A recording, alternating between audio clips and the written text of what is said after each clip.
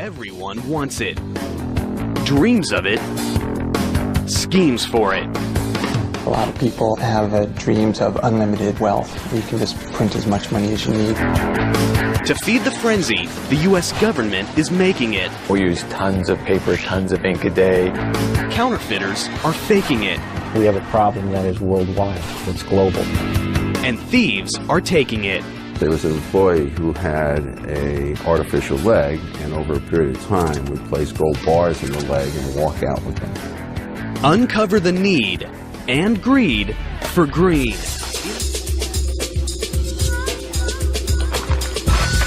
Cash, a big stack of greenbacks. Nothing in the world gets the pulse racing faster. Most of us earn it the hard way, but others have shortcuts. It's a battle between those making it and those faking and taking it. And ground zero in this currency combat is the U.S. Mint and the Bureau of Engraving and Printing.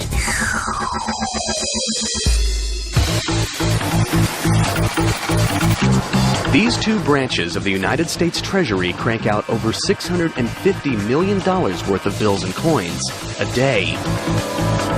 Combined, these mega money factories employ over 5,000 people and cover millions of square feet, and security is state-of-the-art.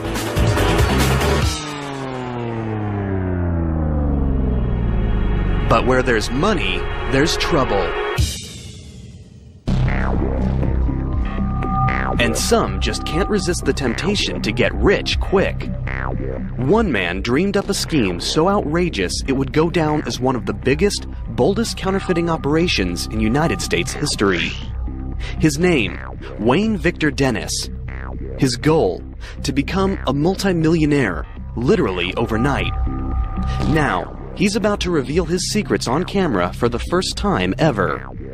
Well, counterfeiting has always been kind of a dream way in the back of my mind. I think a lot of people have dreams of unlimited wealth, where you can just print as much money as you need.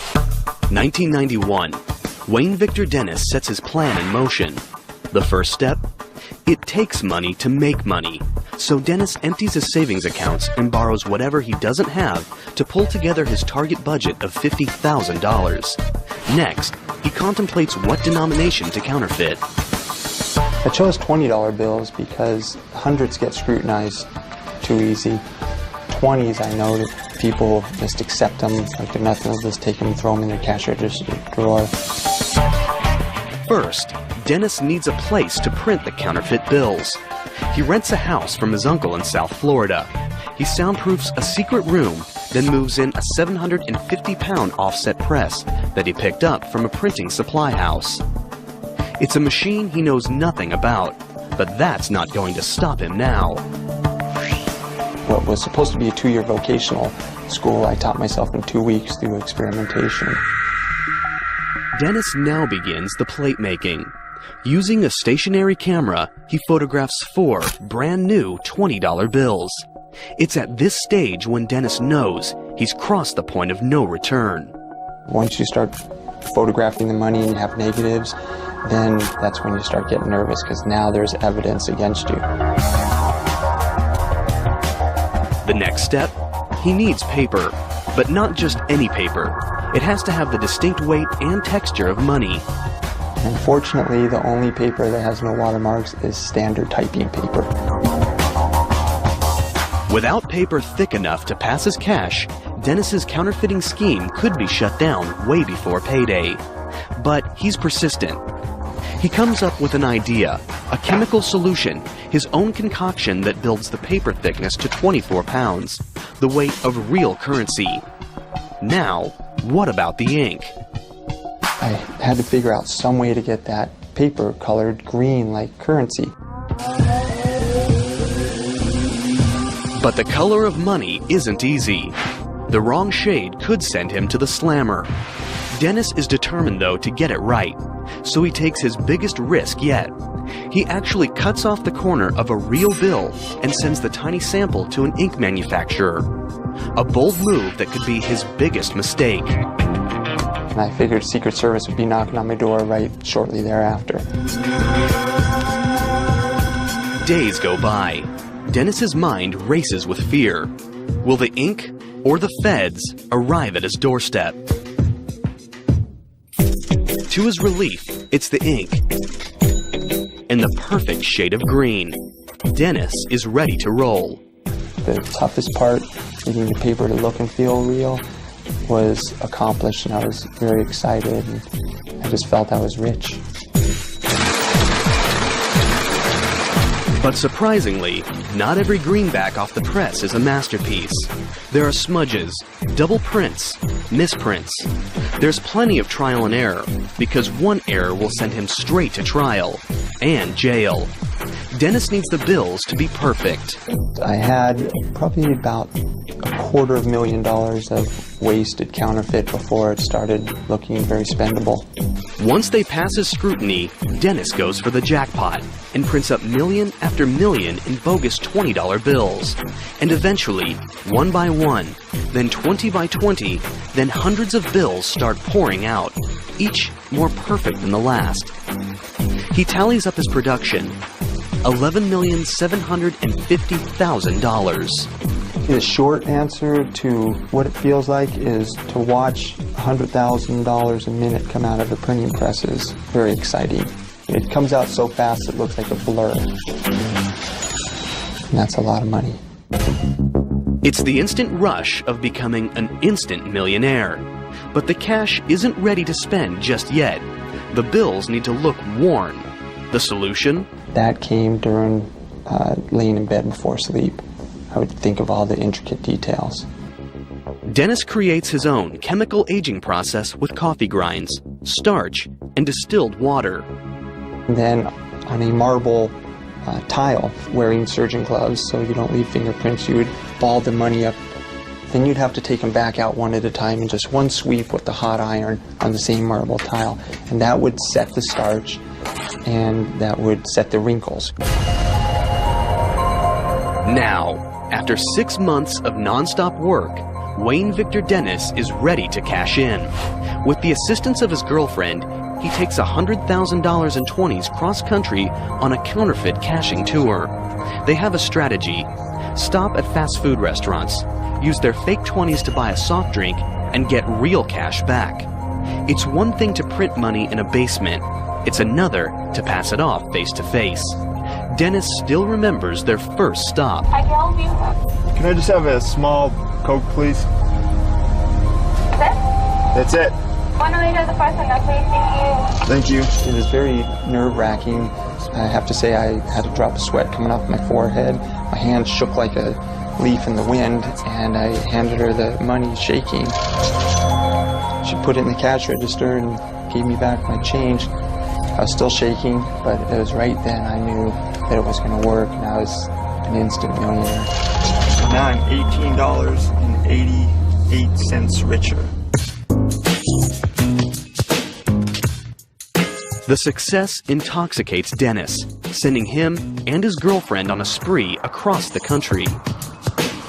One thing that I thought was pretty ingenious was to leave some of the counterfeit at grocery stores, throw a little out the window at nighttime so people would find it and they would cash it in places I would never cash it. So therefore the Secret Service couldn't say a pattern. Finally, they pull into the ultimate money mecca, the bright lights and big greed of Las Vegas. I figured if we can pass it in Las Vegas and not get caught, then we can pass it anywhere. Because the change persons in the casinos, that's all they do 8 hours a day is handle money. And it passed quite nicely. About $4,000 an hour we were able to funnel through the casinos. Dennis and his girlfriend become instant high rollers. At first, Alexa and I were cashing the counterfeit through the casino, and we're playing 21 and roulette and getting change from the cashiers. We're making great money. Flush with success and fatigued by the hard work of making millions, Dennis and his girlfriend decide to take a break. So we decided to go upstairs to the mezzanine where they had arcade games. Ironically, it's when they let their guard down that the stakes get their highest yet. Dennis passes off a counterfeit 20 to a teenage employee at an arcade game. She's not experienced with big cash, but she has a nervous habit that's about to expose his entire operation. She was tearing the corners off of all the bills, and when she tore the corner off one of my bills, she noticed it was white inside. I did not put enough alcohol in the ink to bleed it through the paper, so it was white inside. She called security without alerting me. Dennis is immediately backroomed, but he's prepared to face off with the feds. We came up with this story that I found a briefcase on a dock in Miami, and when I got home, I opened up the briefcase, I had to pry it open, and I found currency. But the authorities don't buy it. While Dennis is locked up in jail, Secret Service agents search his hotel room. They find the smoking gun, a logbook that describes every incriminating detail of the operation. Then I knew we were pretty much finished. That logbook, that was the damning factor. Counterfeiter Wayne Victor Dennis thought he could create his own mega money factory, but he was tripped up by the saturation of the ink and the quality of U.S. Treasury paper. The real paper comes from Crane & Company of Dalton, Massachusetts. They've been making special paper for U.S. currency since 1879. Their product is unlike any other paper in the world. U.S. currency has that feel of strength that you can snap and feel. The recipe for making paper nearly impossible to counterfeit is top secret. But here's a hint. Most paper is made from wood. Crane & Company's currency stock is made from cotton and linen. The 8-step process begins with 6,000 pounds of cotton. It's loaded into a giant boiler and pressure cooked for 2 hours.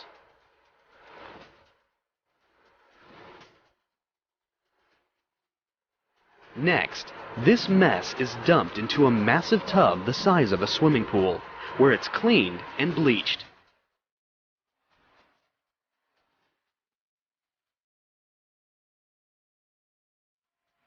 The raw materials are pressed,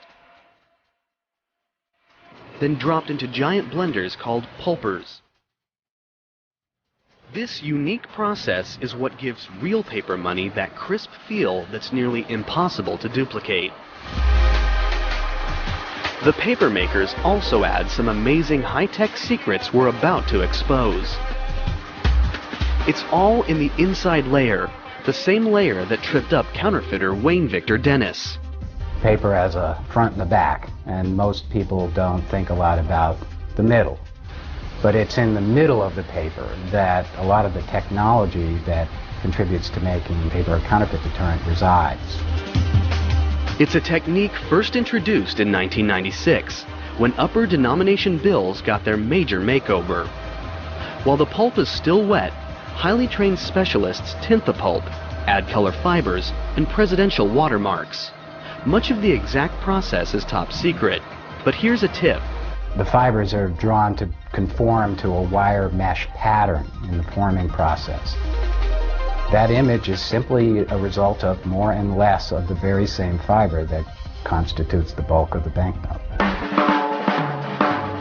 Next, it's time to add the Treasury Department's ultimate secret weapon, one that no counterfeiter has yet been able to replicate.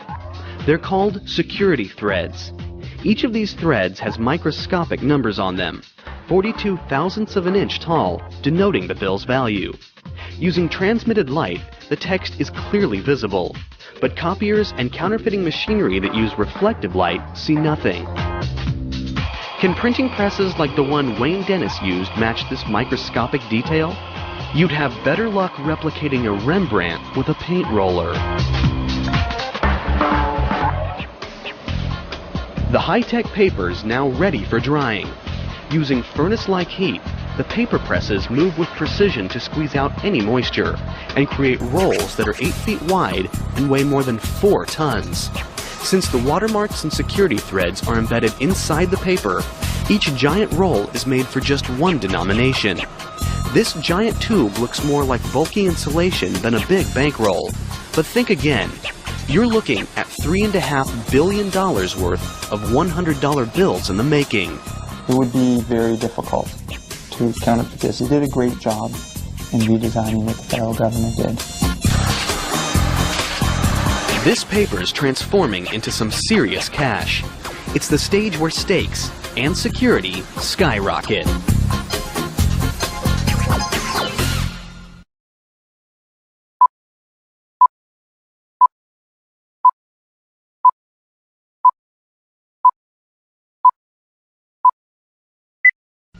Wayne Victor Dennis made nearly $12 million of fake bills by cranking them out on a standard printing press. But the real deal? It all happens here in Washington, D.C. at the Bureau of Engraving and Printing's huge money factory.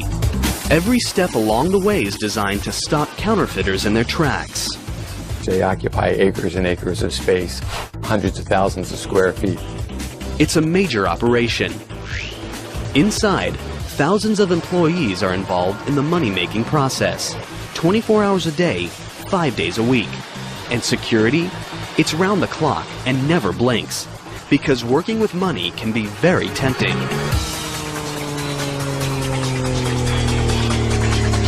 You've worked here at the Bureau for more than 2 or 3 weeks and it still looks like money to you.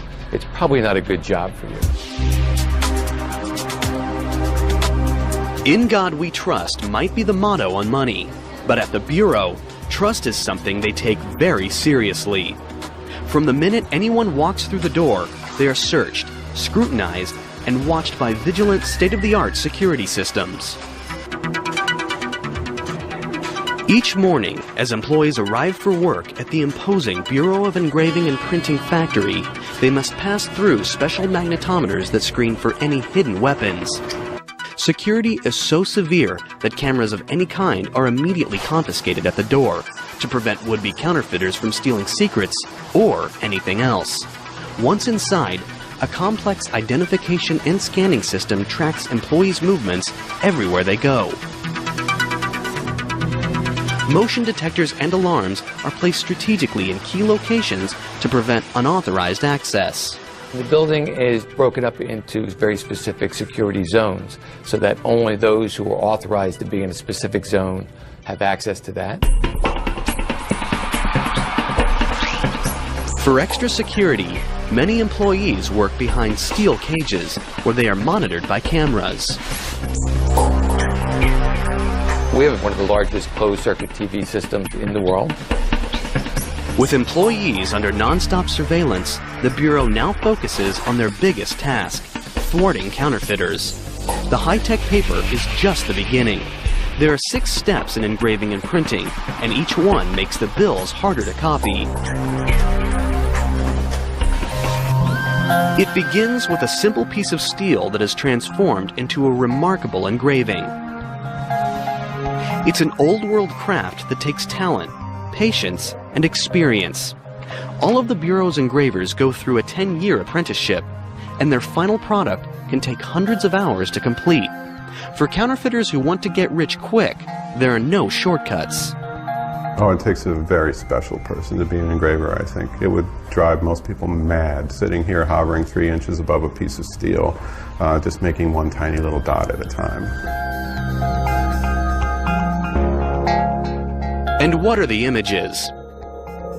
There are presidential portraits, but there also have been some unusual and perhaps unexpected images. Let's take a look at the $1 bill and break down the design. There's the famous pyramid with the eye. It's a Masonic symbol. Many founding fathers were Masons. The pyramid's unfinished, which represents the nation in its early stages. And the eye? For the Masons, this refers to the all-seeing eye of God. And what about the dollar sign itself? This symbol has been linked to everything from the serpent cross to the astrological symbol for the planet Mercury. And the eagle? It's said to represent Congress. In the right talon, it grasps 13 arrows, and in the left, an olive branch with 13 leaves and 13 berries. This represents the power of Congress to lead us into war or peace. One of the more recent design additions is causing enough controversy to make it to the courtroom. Back in 1955, Congress passed a law requiring the inscription, "In God We Trust," to be added to the US dollar. 50 years later, in November 2005, Michael Newdow, a Sacramento doctor, lawyer, and atheist, filed a federal lawsuit claiming that the motto was an unconstitutional endorsement of religion. Since it's a law, it's really not a discussion point. To change that would require that all the plates be redone and would therefore add to the cost of currency. Bill design has its symbolic history, some say even mystical. But it's also very practical when it comes to thwarting counterfeiters.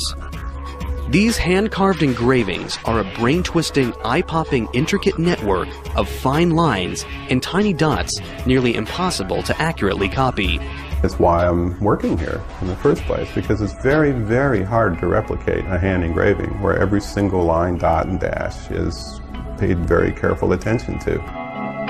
It's designed to foil forgery.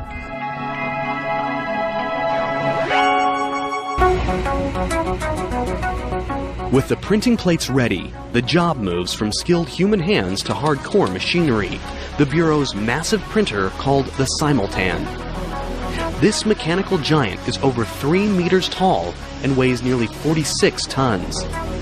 It's the only press in the world that prints both sides of a sheet simultaneously, something that counterfeiters can't easily replicate. Its job: stamp in some key images, the subtle peach and green stripes, the 20 USA banner, and the nearly invisible 20 numerals. After the ink dries for 72 hours, the Bureau's ready for the next step, the intaglio engraving press. It literally pushes the paper into the ink-filled grooves of the plate. It's the process that gives money that raised look and feel that's so hard to copy, something no color copier in the world can accomplish. The intaglio press prints one side at a time. The back side is first, the green back side. It needs another full 3 days to dry, or else. And you can see how running your finger across it with just a little pressure will move the raised ink off and smudge it pretty good.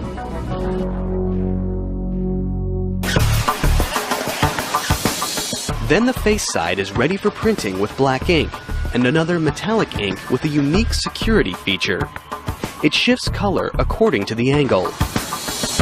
Every hour, 1 1/3 tons of green, black, and metallic ink and 10,000 newspaper-sized sheets of currency stock roar through these enormous presses. That's $6.4 million worth of 20s.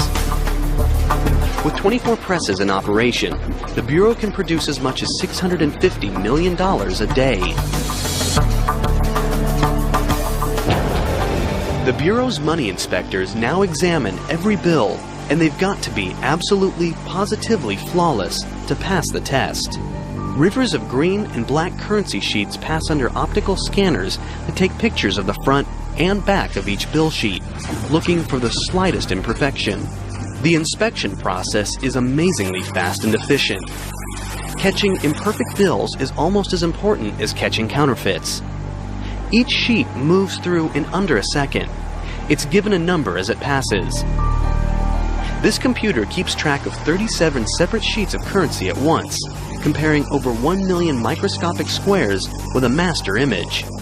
If the computer locates a mismatched square, it displays it on a monitor. Here's a demonstration, a smiley face. It'll be spotted and show up as imperfect in less than a second. Imperfect bills are so rare in the general circulation that they are automatically collectibles, sometimes fetching thousands of times their face value.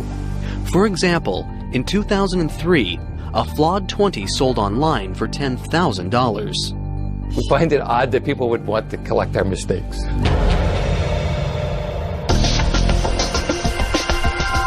Once they pass inspection, the Bureau adds the Treasury and Federal Reserve seals and the bank and serial numbers to the uncut sheets of money.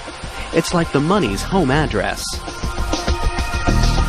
If you know the serial number and the denomination and the series, Those three things will uniquely identify that particular piece of paper. It's never duplicated, so that we can tell when that note was printed and where it was originally issued. In a room the Bureau calls currency overprinting and packaging equipment, the money is finally cut, counted, and shrink-wrapped. It's now street-ready. If someone's going to pull off a heist, now would be the time. Bricks of 4,000 notes are stacked and sent to the vault. They'll wait there until it's time for delivery. The Bureau of Engraving and Printing makes billions in paper money every year. Counterfeiters try to rip them off. But does anyone bother with coins? Actually, coins have been in the crosshairs of scheming, thieving minds a lot longer than bills. Back when coins were made of gold, crooks would shave them down. Authorities countered by making coins out of less valuable metals. But that doesn't mean the war between the thieves and the feds is over just yet. This is the Philadelphia minting plant, the largest coin factory in the United States in both size and production. This massive fortress of a building spans the length of 5 football fields. Inside, this mega mint's a fine-tuned combination of raw machine power and precision craftsmanship, and the security's stone-cold serious. We are really in many ways the envy of the world mints. There are 8 major steps in the minting process. It begins with a design. Whenever Congress authorizes a new coin or metal, the mint's sculptor engravers sketch out their ideas. It's a contest. Whoever comes up with the best design wins. The prize? Having their artwork displayed on a U.S. coin means it's seen by hundreds of millions of people every day, a number that puts the Mona Lisa to shame. John Mercanti has engraved more than 100 coins and medals. It's a very privileged position to be in. It really is, especially as an artist. Until the 1970s, the sketches were hand-drawn. When we had to make a correction on a drawing, we would have to go back and redraw the whole thing. Computers have changed all that. Today, software programs streamline the process. After the design is approved, the artist takes up traditional tools to sculpt a clay model. It's usually 3 to 12 times the size of the finished coin. It takes a certain degree of concentration. Sometimes it's almost monastic in seeing the engravers in their cells, what I call cells, working very quietly and very intense. The team makes a negative rubber mold of the large design. Then, liquid epoxy is poured into the rubber mold and hardens, creating a more durable model to work with. This model is mounted onto a machine called a transfer engraver. At the other end, a tool cuts the reduced design into a steel blank called a hub. It will be an exact replica of the large model, but engravers still have to double-check for any tiny errors. This is the only place in the world where you'll see a bunch of grown adults standing around the table completely frustrated over a little piece of metal that's the size of a quarter that just doesn't quite look the way they want it. Once perfected, dies, 2 pieces of steel that will stamp the design on the coins, are made from the master hub.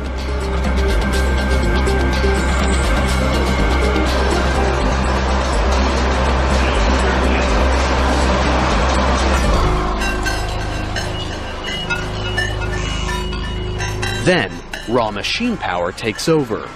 Every day, inside this massive room, monster machines consume thousands of tons of 13 by 1,500-foot metal strips of copper and nickel alloy, and every hour punch out round blanks by the thousands. The blanks are softened in these towering annealing furnaces, and then run through a washer and dryer. Next, giant upsetting mills exert tons of pressure on the softened blanks, squeezing up rimmed edges. Finally, huge coining presses stamp the long-awaited images on the coins, 750 strikes per minute, with nearly 100 tons of force.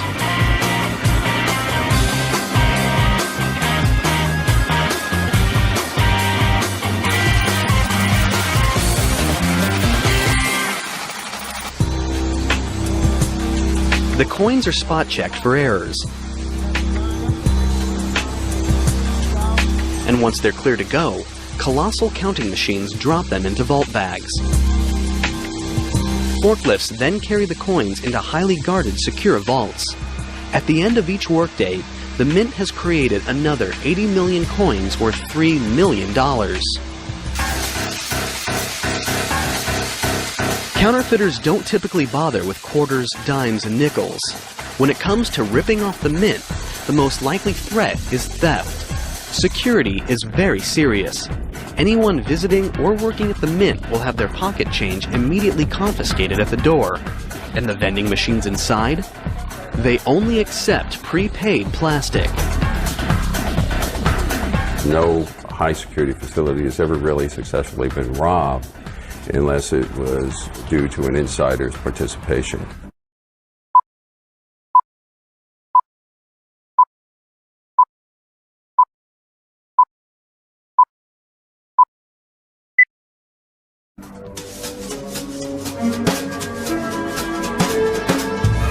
Over the years, the Mint has witnessed some of the strangest inside theft jobs ever. For example, there was Orville Harrington. In 1920, he was a $4 a day worker who couldn't resist the temptation. He took advantage of a unique personal attribute, a hollow wooden leg. It was the ideal place for hiding bars of gold. Over several months, he managed to hide and steal 53 bars. The value at that time? $80,000. The value today? $750,000. But Harrington was eventually apprehended when a coworker got suspicious. His sentence? 10 years in the slammer.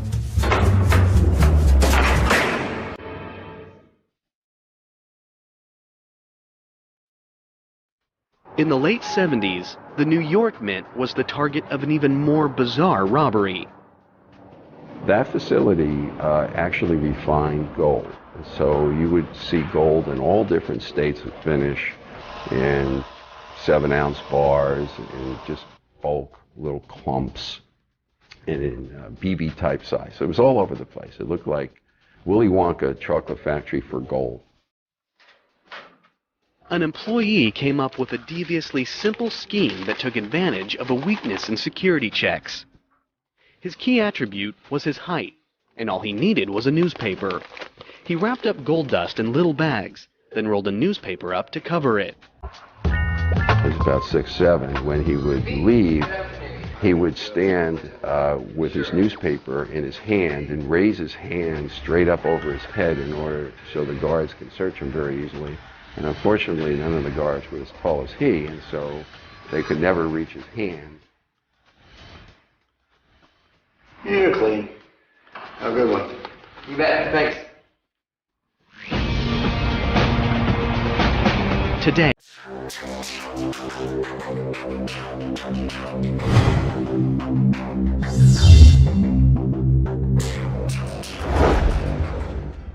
it takes more than wooden legs and wrapped up newspapers to steal from these highly guarded facilities. They've got their own armed police force whose job is to protect over $100 billion in gold, silver, and coins. The Mint police go through vigorous training, including SWAT and anti-terror measures. The bottom line is preventing crooks from getting inside in the first place.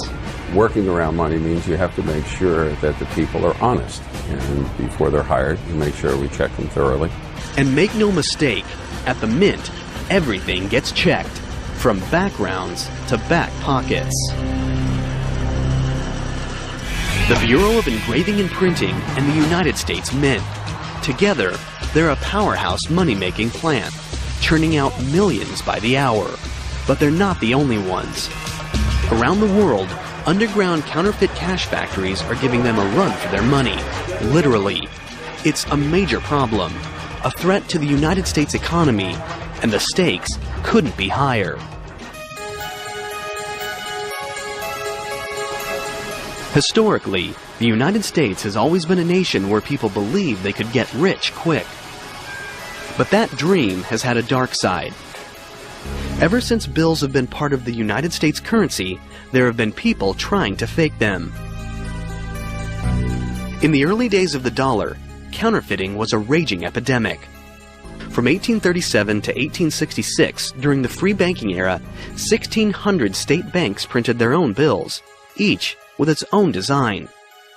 That adds up to 7,000 designs in total. That meant a lot of confusion for the public, and lots of opportunity for counterfeiters to cash in.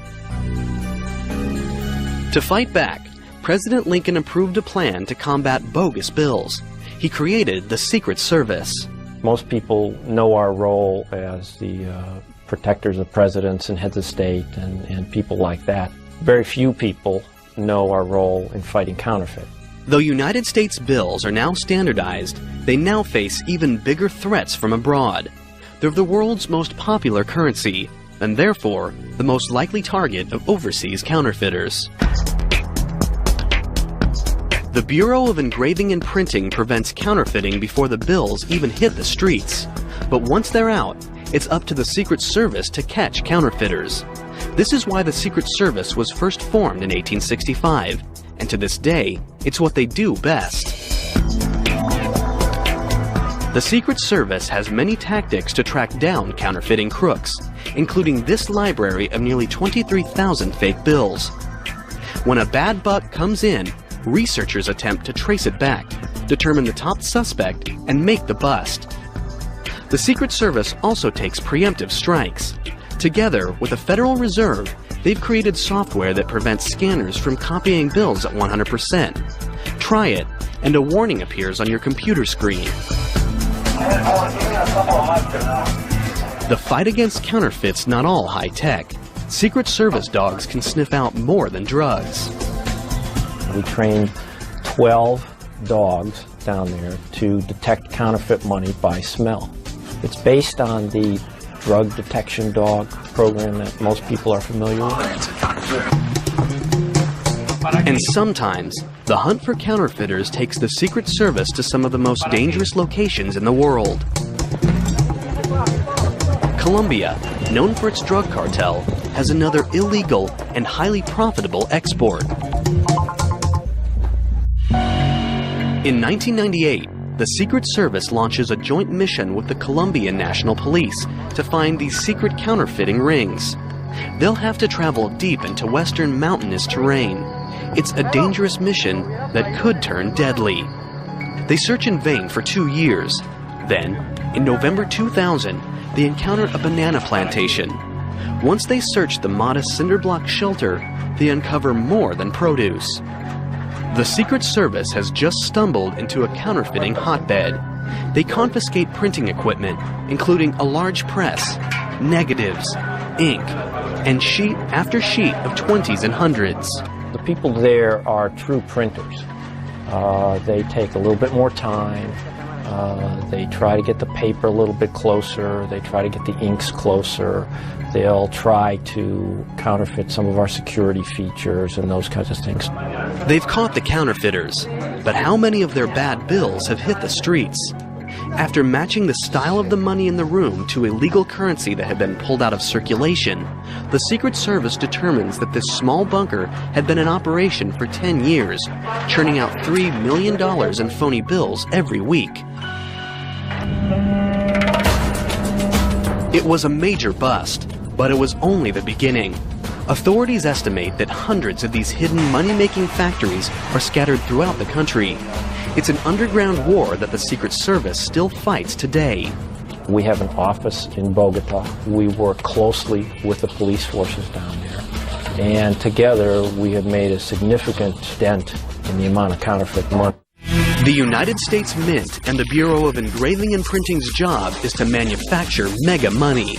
It's a high-stakes, high-security operation designed to stop counterfeits and theft. But once the money is ready to enter circulation, the opportunity for danger is even greater.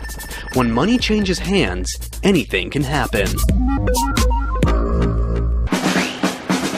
Transporting the money from the factories is a major operation that calls for the highest vigilance against gunpoint heists and even inside jobs. Each money factory has immense loading docks. Forklifts and transfer workers move the money under intense security precautions. Armed guards watch every move. At the transport points, as you're loading it or unloading it, is the riskiest part because the money is exposed for anyone to take. Millions of dollars are loaded up into unmarked 18-wheelers. And where do these semis go? They're headed to a main depot. After that, armored cars drive the money to every bank and branch that's part of the Federal Reserve System. Created in 1913, the Federal Reserve is the central bank of the United States, the clearinghouse for cold, hard cash. It was created after a series of financial panics and financial crises that occurred in the late 19th and early 20th centuries. In these crises, people got concerned about their deposits at their local commercial banks. Today, there are 12 Federal Reserve banks nationwide, each serving a specific region of the country. The Federal Reserve is an intermediary between banks that have more currency than they need because they've taken in deposits, lots of deposits of currency, and banks that have a need for currency. And as that currency is deposited with us, and before it's sent out to the banks that have a need, we're like a filtering system. The Federal Reserve's giant vaults house the money until commercial banks need it. Then, armored cars take it straight to the banks. Once it hits circulation, currency passes through billions of hands. And billions of hands can do a lot of damage. An average bill circulates for 5 years before it's too tattered to go on. So how are bad bills pulled from circulation? When commercial banks receive cash, they in turn deposit it in the Federal Reserve Bank. It's here where all bills, the good, the bad, and the cruddy, come under close scrutiny. All 12 of the reserve banks have high-speed computer-controlled machines that count 40 bills a second, examining them with specially designed sensors to search for dirt, graffiti, and possible counterfeits. They send suspected fake bills straight to the Secret Service for examination. What happens to the old worn bills? They've got a date with the shredder. The Federal Reserve Bank shred over $500 million a day. When these bills are shredded, they're out of circulation, and new bills are printed to take their place. But what do you do if your money is destroyed? The commercial banks won't take it, so this cash never meets the Federal Reserve's shredders. But it's still considered legal tender. So where does it go? Back to where it all begins. The Bureau of Engraving and Printing. The Bureau has a free service that most people have never heard of. It's called the Mutilated Currency Division, and anyone can send their most fragile 5s and tattered 20s directly to their office for a refund. Hurricanes, tornadoes, all of the natural disasters that you hear, we get the remnants of the currency that has been damaged from those things. When bills first leave the Bureau, they're inspected for the slightest flaws. The messy bills that make it back undergo the same careful scrutiny. The Bureau employs 17 full-time examiners. In 1 year, they can process over 25,000 claims of mutilated currency, worth nearly $100 million. The tools? Tweezers, knitting needles, small knives, tape, and glue. It takes 6 years of on-the-job training to learn the trade. Putting mutilated money back together is like a puzzle. Examiners must be able to piece together more than 50% of each bill to give a refund. If the bills are legitimate, the Bureau will write a check for that amount. This cash was burned in a house fire. The ashes must be reconstructed. You have to go through and you have to figure out which piece goes where, what goes to what note. Handling all this money, though, can be a filthy job. These toxic bills were sent in after steeping in stagnant floodwaters. There are a lot of smells that come to this office. Smells that you probably wish you had never smelled. Between the Fed's shredders and the Bureau's mutilated currency team, over 1 billion bills are sidelined from circulation every week. Everyone dreams of having more money, so why can't the Fed just order more to be minted or printed? Money used to get its value from gold. A $20 note would be redeemable for $20 in gold. Today, the gold standard is no longer used. They now have a 5.7 cent piece of paper and are going to issue that as a $100 bill. In order to do that, they purchase collateral. They purchase treasury notes, bonds that they hold for that value, and they issue that note, and it is represented by the value held by the bank. Sort of like you're writing a check, and the value of that is made by the money that you hold in the bank. So that is really what it is. It really represents value. Essentially, the US dollar is only valuable because we say it is. It's because there's a full faith and credit of the United States behind that coin or currency. If the US government flooded the economy with more money, the value of that very same money would go down, leading to inflation.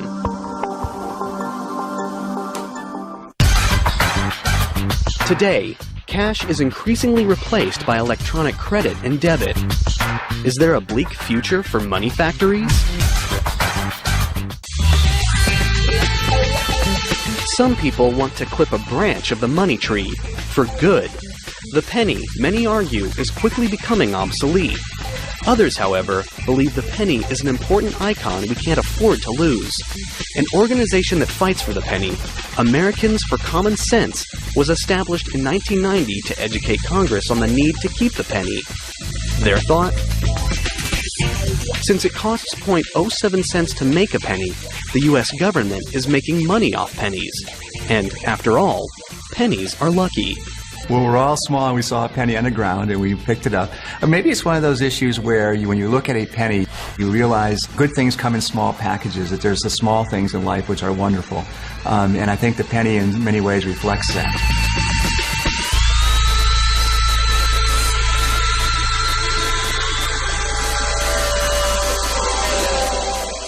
As long as there's the need to buy and sell, there's a need for money factories. The US dollar is still the most reliable currency in the world. It's up to the Bureau of Engraving and Printing and the United States Mint to supply it. This cash has the embedded high-tech tricks to stop counterfeiters, the security to get delivered into the right hands, and that crisp snap that just can't be replaced. Nothing makes you feel like $1 million, like $1 million.